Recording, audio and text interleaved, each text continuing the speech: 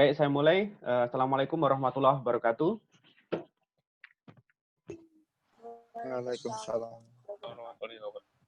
Selamat pagi. Alhamdulillah kita bisa bertemu lagi di kuliah neurolinguistik. Pagi ini saya akan menjelaskan sekilas ya berkaitan dengan otak dan perkembangan bahasa.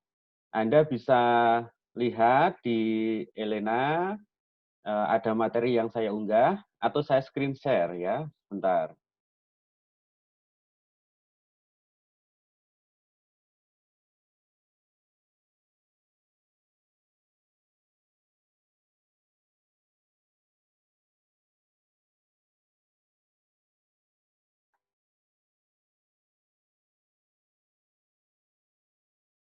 Ini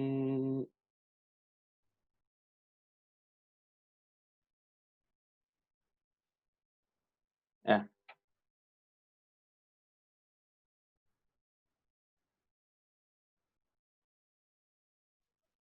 Jadi saya mengulang lagi, kemarin screenshot saya terlihat ya. Neurolinguistik ini kajian interdisipliner. Jadi neurolinguistik itu kajiannya inter ya, inter antara ilmu linguistik dan ilmu kedokteran, tetapi kajiannya adalah hubungan otak. Di sini hubungan otak dengan berbahasa. Jadi bagaimana proses bahasa itu bagaimana bahasa itu diproses di dalam otak. Nah, sampai pada ada gangguan apa tidak, nanti kalau ada gangguan kemampuan berbahasa akibat kerusakan otak manusia, yang biasa disebut afasia, ya afasia, ini kita bicarakan. Nah, hari ini saya akan menjelaskan terkait dengan otak dan perkembangan bahasa. Bagaimana otak ini berkembang, kemudian memengaruhi perkembangan bahasa seseorang. Nah, Anda bisa membaca di Elena, saya stop dulu untuk share-nya, kita bicara diskusi biasa. Baik, jadi manusia ini yang membedakan manusia dengan makhluk lain itu adalah otak. Nah, otak kita. Jadi manusia itu memiliki otak yang bisa digunakan untuk berpikir. Karena seluruh elemen atau elemen organ manusia ini dikendalikan oleh otak, maka kemampuan berbahasa manusia ini pun berbeda dengan kemampuan makhluk lain. Makhluk lain semuanya tidak terkendali dengan otak, tetapi manusia memiliki otak yang fungsinya untuk mengendalikan semua organ yang ada di tubuh manusia. Dalam kajian dengan bahasa, perlu saya ulang dulu ketika psikolinguistik, ada istilah periode kritis. Periode kritis berbahasa. Jadi periode kritis ini mulai usia 2 sampai 12 tahun. Ini yang lengkap dikatakan usia 2 sampai 12 tahun disebut sebagai periode kritis. Tetapi kebalikannya, ada yang menyebut periode kritis, juga ada yang menyebut periode emas. Kenapa dinamakan periode emas atau golden age ya? Karena saat itu otak ini mengalami perkembangan yang sangat cepat, terutama terkait dengan bahasa. Jadi ketika anak usia 2 atau manusia usia 2 sampai 12 tahun, ini secara fisik otak itu sudah lengkap. Otak sudah lengkap. Tetapi secara kemampuan berbahasa, ini mengalami perkembangan yang luar biasa cepat. Jadi nanti ketika teman-teman semua ini ya, adik-adik ini, teman-teman semua, ketika Anda menjadi orang tua, nah itu perlu diperhatikan, penting sekali diperhatikan ketika memasuki usia kritis atau critical period. Pentingnya apa? Kalau kita salah memberikan atau tidak mendampingi anak berbahasa, bisa jadi anak ini bahasanya kacau. Tetapi tidak hanya kacau, bisa saja anak ini kan cepat sekali menyerap bahasa. Bahasa yang diserap ini menjadi yang tersimpan di dalam memori. Kalau yang diserap adalah bahasa negatif, ya anak akan terbiasa dengan bahasa negatif. Ini. Kalau yang diserap adalah bahasa yang positif, anak akan lebih menggunakan bahasa yang positif. Makanya sangat hati-hati ketika usia periode emas. Saat usia periode emas inilah kemampuan berbahasa asing jika diberikan itu malah seperti native, jadi seperti orang asing sendiri. Sehingga ketika Anda belajar bahasa asing di atas usia 12 tahun, ini sebenarnya sudah susah, terutama pada pelafalan atau fonologinya. Usia kritis, kalau Anda berikan bahasa asing, ini pelafalannya sangat bagus. Jadi secara fonologi itu sangat bagus, fonnya. Nah ini kalau Anda mau mengkaji itu, bisa jadi usulan skripsi Anda. Saya mencontohkan misalnya ada usulan skripsi-skripsi yang berkaitan dengan neurolinguistik itu terkait misalnya fonologi, produksi bahasa anak usia kritis, itu bisa menjadi penelitian sendiri. Ini jadi otak itu berkembangnya ketika usia tepat pada kritis itu perlu diperhatikan. Sederhana, kalau kemarin saya menjelaskan bagian otak, ada hemisfer kanan dan hemisfer kiri, ini kemampuan organ yang berkaitan dengan kedua hemisfer itu juga berbeda. Manusia biasanya telinga kanan, ini ya, telinga kanan dengan telinga kiri, ini lebih kuat telinga kanan jika digunakan untuk menyimak. Jadi kemampuan telinga kanan ini lebih bagus daripada telinga kiri. Kenapa? Karena telinga kanan ini kaitannya dengan hemisfer kiri. Hemisfer kiri adalah kemampuan berbahasa. Jadi kalau Anda menyimak, misalnya pakai headset seperti ini ya, ini saya pakai headset satu, yang kanan, kanan dengan kiri, ini lebih cepat menangkap telinga kanan daripada telinga kiri. Nah, makanya ada pepatah bahasa Jawa, masuk telinga kanan, keluar telinga kiri. Ya, keluar telinga kiri. Nah, ini ketika di Islam pun ketika ada azan ya, ada anak baru lahir di azani, ini juga telinga kanan yang diazani. Ya, jadi kemampuan berbahasa itu dalam neurolinguistik ini telinga kanan lebih dominan. Sementara kemampuan visual mata yang dominan itu adalah mata yang kiri daripada mata kanan. Coba Anda membaca, Anda praktek membaca, satu mata ditutup, atau Anda fokuskan ke mata yang kiri, ini Anda akan lebih cepat memahami bacaan itu dengan mata kiri daripada mata kanan. Karena mata kiri ini kaitannya dengan hemisfer kanan. Hemisfer kanan ini lebih pada visual. Jadi ini dua hal yang berbeda ketika wujudnya itu audio dan wujudnya visual. Kalau wujudnya seperti ini, Anda mendengarkan dengan telinga kanan ini lebih tepat. Tapi kalau Anda membaca, Anda fokuskan ke mata yang kiri. Ini akan lebih cepat memahami dan tidak mudah pusing. Tidak mudah pusing. Nah, ini karena otak bagiannya antara kanan dan kiri ini berbeda. Nah, ini kajian di dalam neurolinguistik. Saya kembali ke critical period tadi. Pada masa critical period atau periode kritis ini, otak itu perkembangan sarafnya, neuronnya itu sangat cepat dan berkaitan. Ya, saya sering mengatakan dulu ketika kuliah psikolinguistik ya, anak itu jangan diputus ketika bertanya, jangan pernah dihentikan. Karena apa? Ketika pertanyaan itu dihentikan, ini otomatis saraf yang mau berkembang akan putus, mati. Contoh sederhana misalnya anak tanya ke Mas Arman dari mana? Dari mana Mas? Dari masjid. Ngapain ke masjid? Sholat. Sholat apa? Duhur. Duhur itu berapa rakaat? Tanya saja sana sama ibu. Ini otomatis terhenti. Sampai perkembangan otaknya ini, perkembangan sarafnya sampai puas, dia puas bertanya, Anda baru selesaikan, ini perkembangannya akan luar biasa cepat. Dan itu mempengaruhi kreativitas anak. Kemampuan kecerdasan anak itu bisa dipengaruhi dari situ.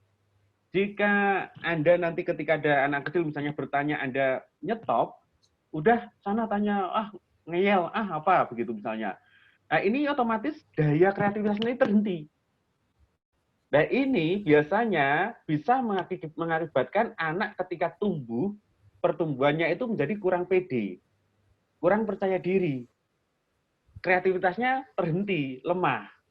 Sehingga pesan saya nanti ketika Anda nanti sudah berkeluarga ya, atau ada yang sudah berkeluarga di kelas ini? Belum? Belum. Kok undangannya sudah ayah bunda? Ya. Ya ayah bunda, terus apa? Ilal Janati ini kalau ngundang calonnya Abi Umi ya, enggak ya Ilal ya. Baik. Ya, ini jangan Anda nanti punya anak ketika usia berkritis itu jangan dihentikan, terutama dalam kemampuan berbahasa. Pak, kalau anak saya cerewet, Pak. Justru sebenarnya kemampuan bahasa kalau cerewet di masa usia emas ini bagus. Bagusnya apa? Dia akan menarik organ-organ saraf-saraf kreativitas ini lebih kritis, lebih lebih kreatif daripada anak yang diam saja. Nah, coba perhatikan di lingkungan sekitar. Ketika ada anak yang Anda tanya, "Dek, namanya siapa?" Kemudian ngumpet di belakang ibunya atau ngumpet di belakang bapaknya. Lah ini anak-anak yang nanti akan tumbuh ketika tidak diberi masukan itu ya, akan tumbuh dengan tidak pede. Akhirnya apa akibatnya? Ketika di kelas, ketika diminta guru untuk bertanya, pasti diam. Ya, ketika disuruh kamu saja, kamu saja, kamu saja, pasti begitu. Kenapa? Karena pola pertumbuhannya sudah dibiasakan seperti itu. Ini bukan malu sebenarnya, anak itu bukan malu, tetapi memang didikannya pola untuk perkembangan otaknya dia terhenti sebenarnya. Ya ini penting ketika di neurolinguistik ini saya sampaikan pentingnya di situ. Jadi Anda calon-calon nanti ketika menjadi orang tua, calon orang tua ini harus tahu benar mendampingi anak dalam perkembangan bahasanya. Nih. Saya mengamati betul karena saya mengamati anak saya ya. Anak saya yang sekarang baru masuk usia 6 tahun. Kalau Anda mau lihat di YouTube, dia sudah punya channel YouTube sendiri ya. Di channel YouTube anak saya itu, dia berkembang kemampuan berbahasa ini saya kadang malah tidak tahu dia dapat dari mana. Misalnya pada video dia cerita di pantai di Gunung Kidul ya, di pantai sepanjang itu, dia bisa improvisasi sendiri bahwa pantai ini kalau lurus terus ke pantai terus itu akan sampai Australia. Tapi tidak bisa renang, harus naik kapal pesiar. Sementara saya tidak pernah mengajari bahwa Gunung Kidul, Jogja itu ke selatan terus Australia. Nah, dia dapat dari mana? Ini dapatnya dari mana saya tidak tahu. Tetapi saya analisis, saya pikir-pikir, ternyata saya pernah ketika usia 3 tahun, itu saya menunjukkan peta dunia. Jadi peta dunia itu saya tunjukkan, Indonesia, kemudian bawahnya itu, selatan itu Australia. Itu ketika usia 3 tahun. Sekarang muncul ketika mau masuk usia 6 tahun. Itu teringat. Jadi otak manusia ini penuh dengan memori.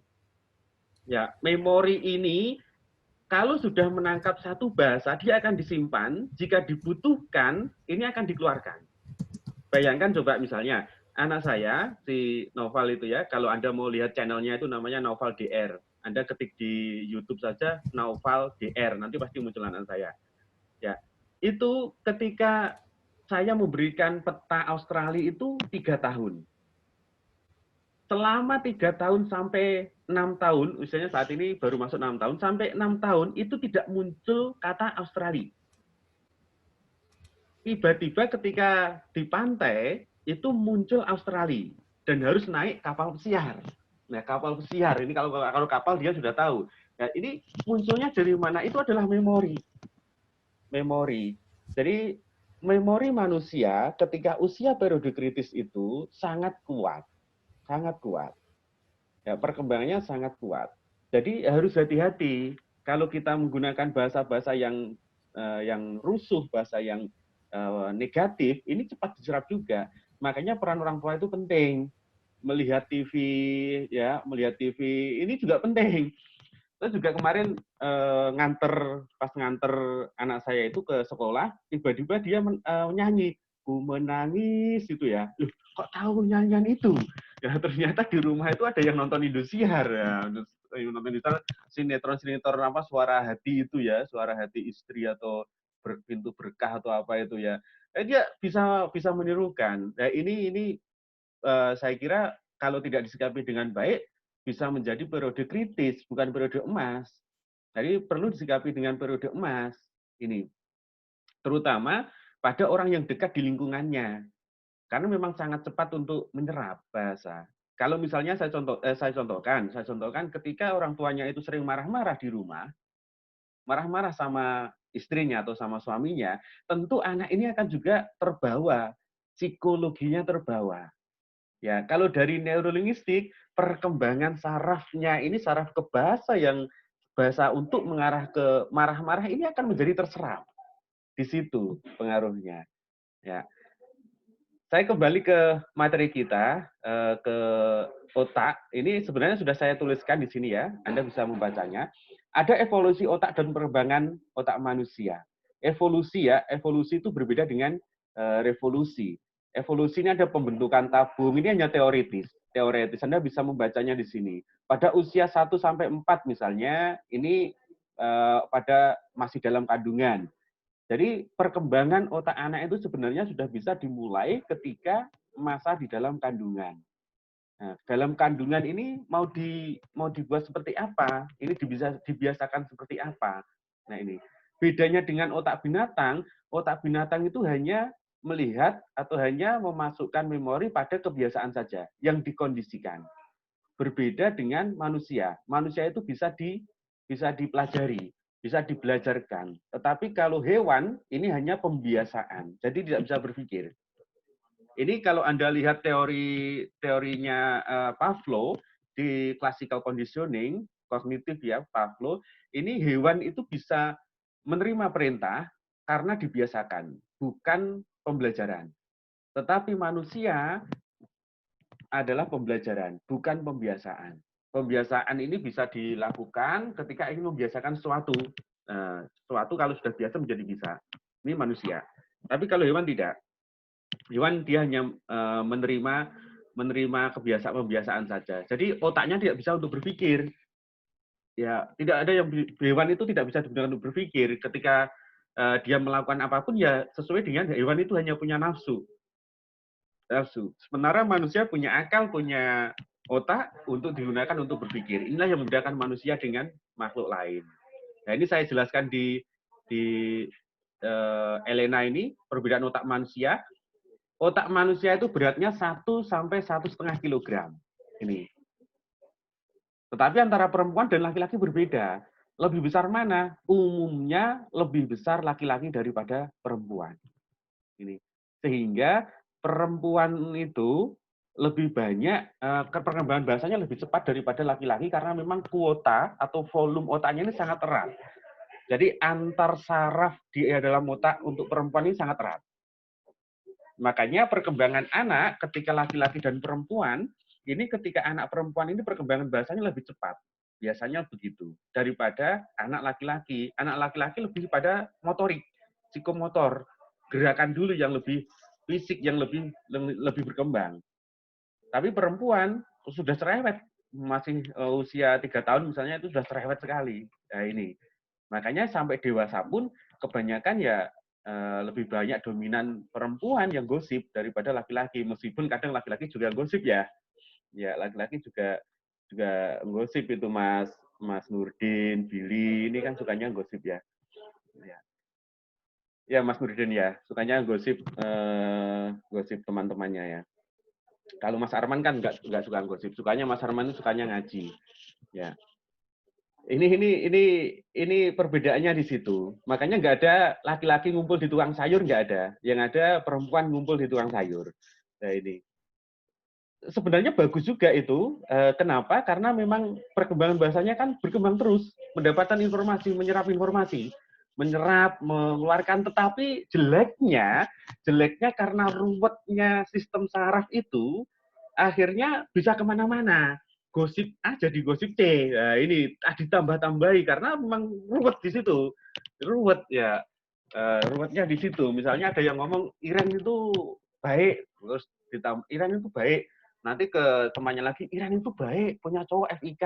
Ketemu lagi orang temannya, Iran itu baik, punya cowok FIK, pemain basket. Lah, nambah-nambah terus. Ya ini karena memang sangat kecil otaknya itu, sehingga sangat berhubungan. Sangat berhubungan di situ peran otak ada di situ. Jadi dalam perkembangan bahasa ini yang paling memiliki peran utama adalah otak kiri, hemisfer kiri. Ketika visual itu lebih dominan hemisfer kanan. Saya kira itu untuk materi hari ini. Anda lebih hemat kuota ya, kuota di Zoom. Anda bisa membaca Elena, dibaca di Elena. Nanti saya buatkan forum diskusi, kalau mau diskusi bisa diskusi di Elena. Tetapi sebelum saya akhiri, silahkan kalau mau diskusi langsung di sini boleh, silahkan bertanya. Sebelum saya akhiri, silahkan kalau ada mau bertanya. Pak, izin bertanya Pak. Ya, silahkan Jafir. Ini saudara saya itu, jadi dia dibilangnya kayak antara autis atau gimana gitu tuh Pak. Tapi saya nggak percaya gitu. Soalnya menurut saya dia tuh hanya hiperaktif aja.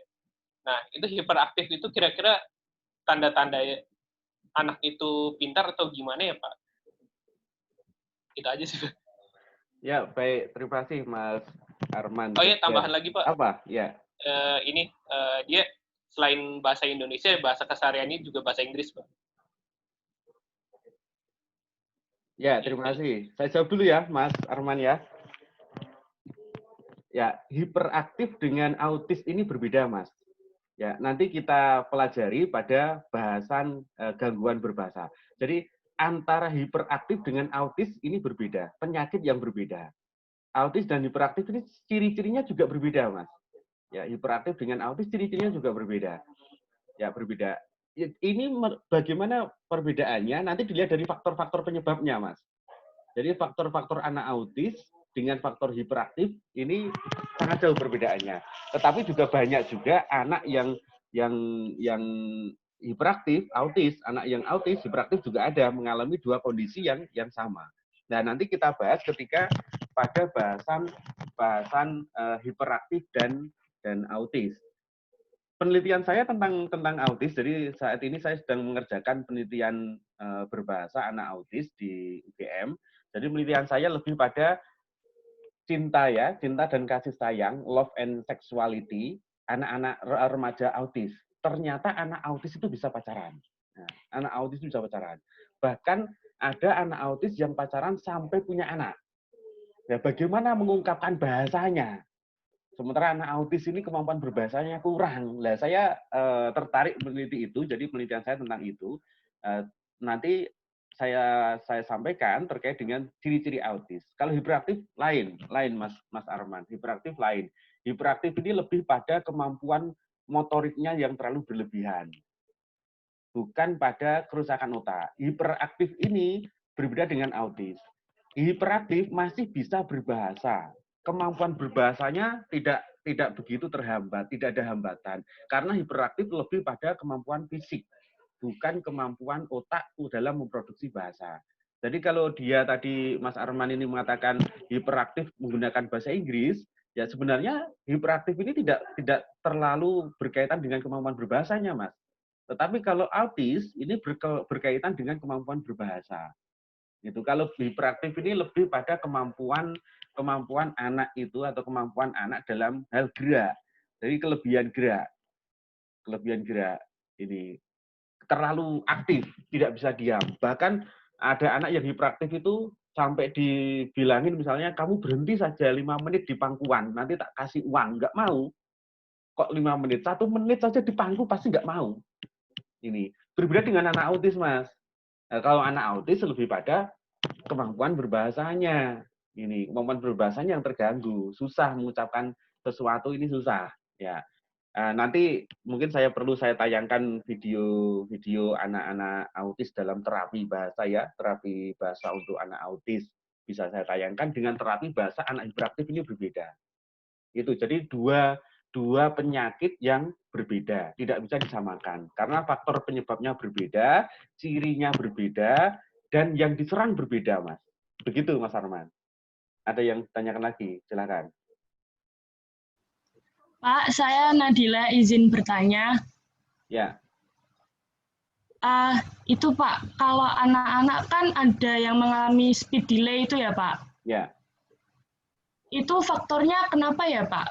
Soalnya saya punya kenalan itu, dia punya dua anak. Yang pertama umur 4 tahun itu belum bisa ngomong sama sekali. Yang kedua umur 2 tahun itu apakah nanti juga akan mengalami speed delay gitu Pak? Faktornya apa gitu, terus nanti penyelesaiannya gimana? Ya, terima kasih. Nah, Dila, ini sebenarnya juga nanti bahasan pada bahasan gangguan berbahasa ya, kita belum sampai ke sana.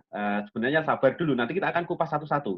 Speech delay. Speech delay itu lebih pada keterlambatan berbicara. Setiap anak ini bisa mengalami hal yang berbeda.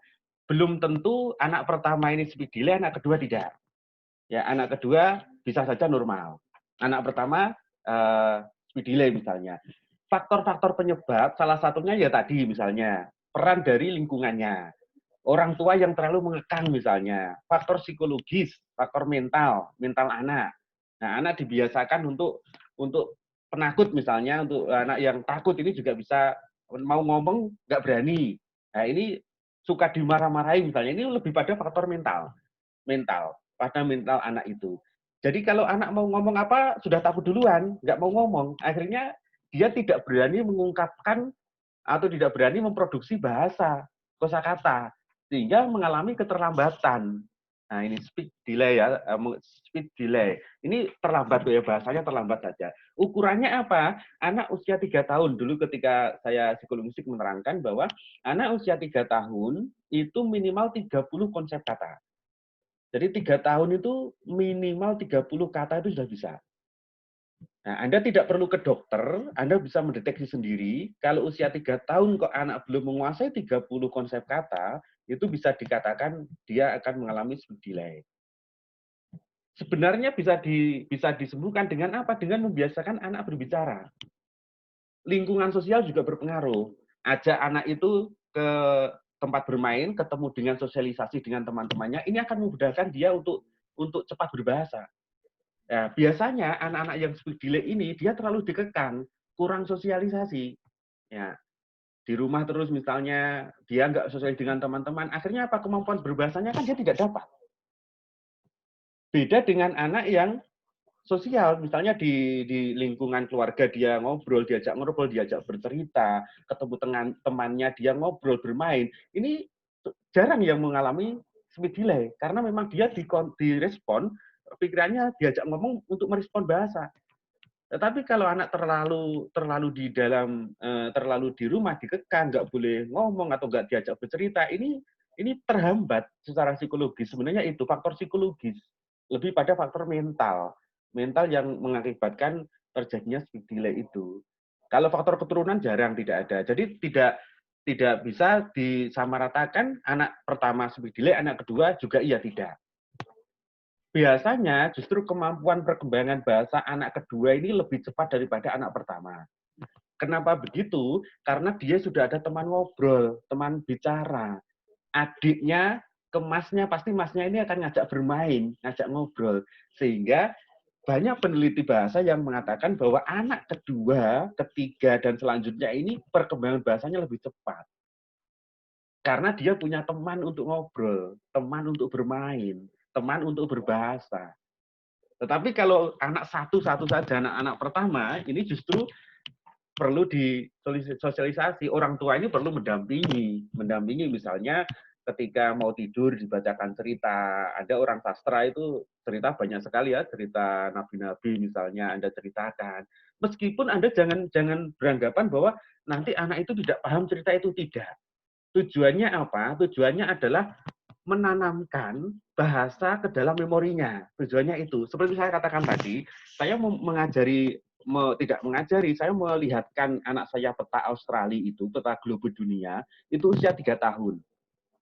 Saya tidak niat mengajari, mau anak segitu masa diajari setelah Indonesia Selatan itu benua namanya benua Australia. Enggak, tidak mengajari. Tetapi niatnya hanya menanamkan, memperbanyak kosakata saja di dalam memorinya. Ketika suatu saat butuh, dia akan mengeluarkan kosakata yang sudah ada di dalam memorinya itu. Jadi dongeng sebelum tidur, cerita sebelum tidur ini memiliki peranan penting dalam kemampuan berbahasa anak. Ini karena periode-periode kritis usia 2-12 tahun itu anak mudah menyerap bahasa. Itu jadi nanti kita lebih siapa tadi namanya Nabila ya? Nabila. Ya Pak, Nadila Pak. Nadila. Nanti kita bahas pada bahasan gangguan berbahasa. Ada autis tadi Mas Arman autis, ada speech delay itu. Tapi kalau hiperaktif ini bukan gangguan berbahasa, sekali lagi. Hiperaktif bukan masuk gangguan berbahasa. Stroke masih masuk dalam gangguan berbahasa, tapi asam urat bukan gangguan berbahasa. Jadi nanti Anda bisa membedakan mana itu yang gangguan berbahasa, mana yang tidak. Saya contohkan misalnya satu penelitian ini teman Anda di kampus lain ini, skripsinya ini, sebentar. Saya contohkan.